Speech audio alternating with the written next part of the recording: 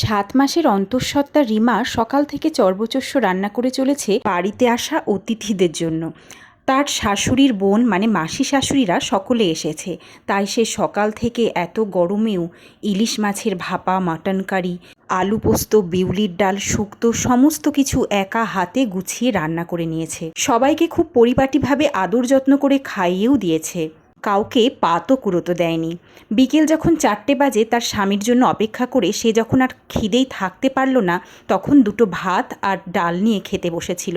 কিন্তু তার শাশুড়ি মা সামনে থেকে এসে তার ভাতের থালাটা কেড়ে নিয়ে বলল, কি অপায়া বৌমা রে বাবা, স্বামীর আগে আগে খাওয়া, এত খিদে তোমার কোথা থেকে পায়? দু চোখের কোল বেয়ে গড়িয়ে পড়ল জল। রিমা কাঁদছে, ভীষণ কাঁদছে। তার নিজের জন্য না হোক, অন্তত তার পেটের সন্তানের জন্য তো তাকে খেতে দেওয়া উচিত ছিল।